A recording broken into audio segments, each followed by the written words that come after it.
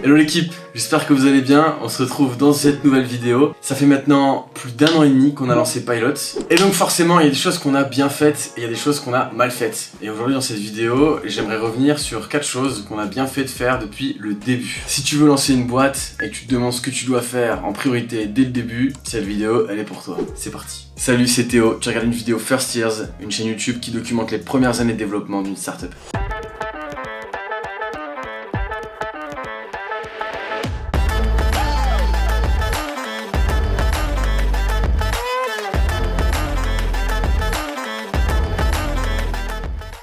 Alors c'est parti pour 4 choses qu'on est très content d'avoir fait depuis le début.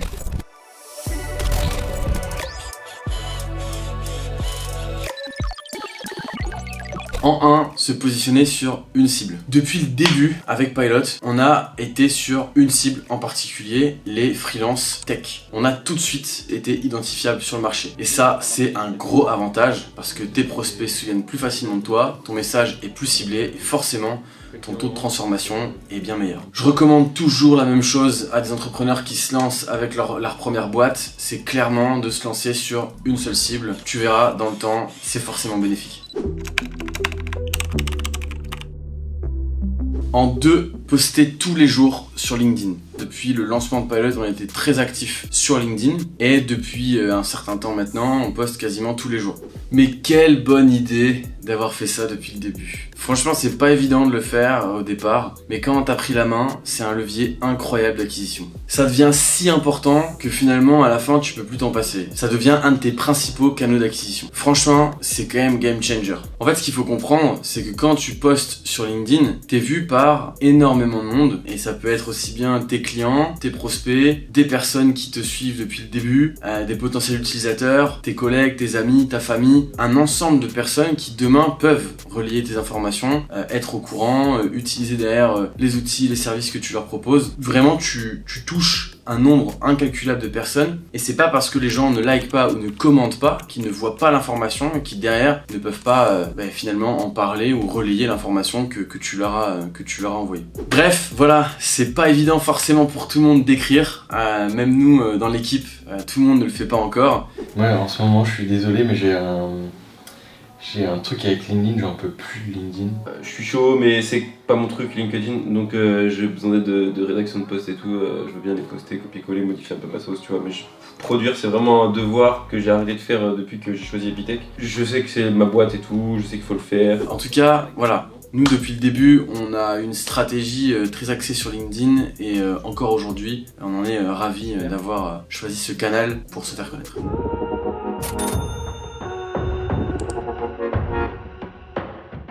En 3, avoir rédigé des contrats en béton. Dès le début avec Pilot, on a voulu apporter énormément de confiance à nos prospects, à nos clients, que ce soit au niveau de la RGPD, que ce soit au niveau de la confidentialité, que ce soit au niveau de l'engagement, bref, on voulait absolument tout leur communiquer à travers un contrat. C'est ce qu'on a fait et ça nous a grandement aidé. Tu passes finalement d'un acteur jeune et prématuré à une entreprise certes encore jeune, mais qui devient très intéressante.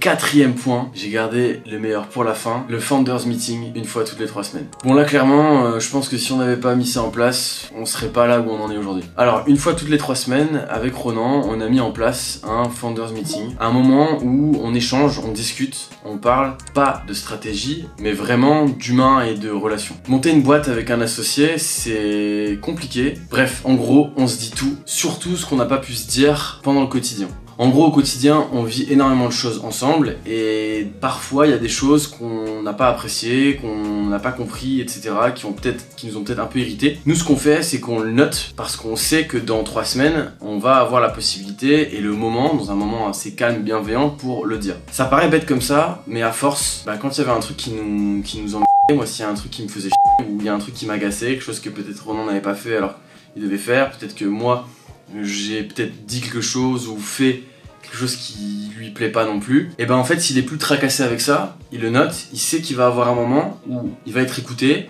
il aura le temps de parler et ça va être bien reçu. C'est ça les founders meetings. Je pense que c'est important avec ton associé ou tes associés d'avoir ces moments de off où on parle pas de stratégie, mais on parle vraiment que de soi. C'est aussi des moments où on se demande comment on va, est-ce que ça va, etc.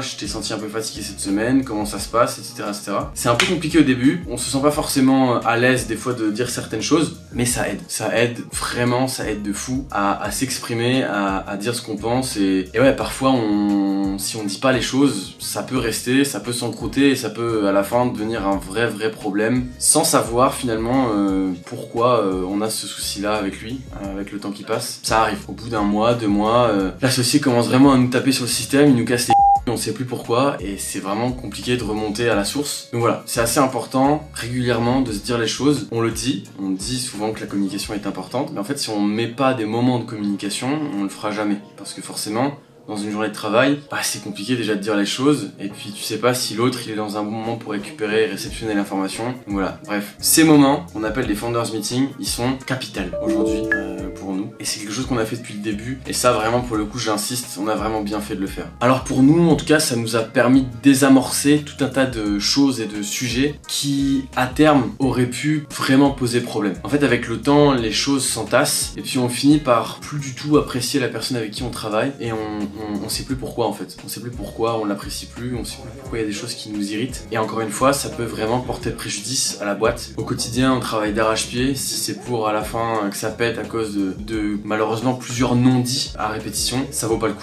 Voilà donc, c'était la 4e chose qu'on a mis en place depuis le début avec Pilot.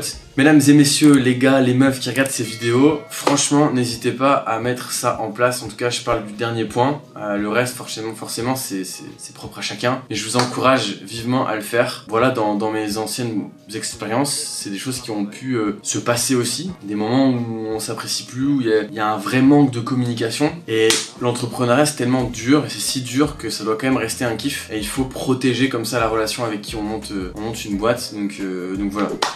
Merci à Ronan depuis le début avec qui j'entreprends d'être très ouvert d'esprit à ce niveau-là, d'être très intelligent sur tous ces sujets parce que clairement on peut pas faire les choses seul. Je commence à devenir émotif. On peut pas faire les choses seul. Et voilà, aujourd'hui c'est moi qui fais la vidéo, mais on est plusieurs derrière tout ça et surtout Ronan qui fait un taf de malade et qui le fait aussi à travers sa façon d'être et son intelligence émotionnelle, dirons-nous. Voilà l'équipe, c'était un gros clap ça.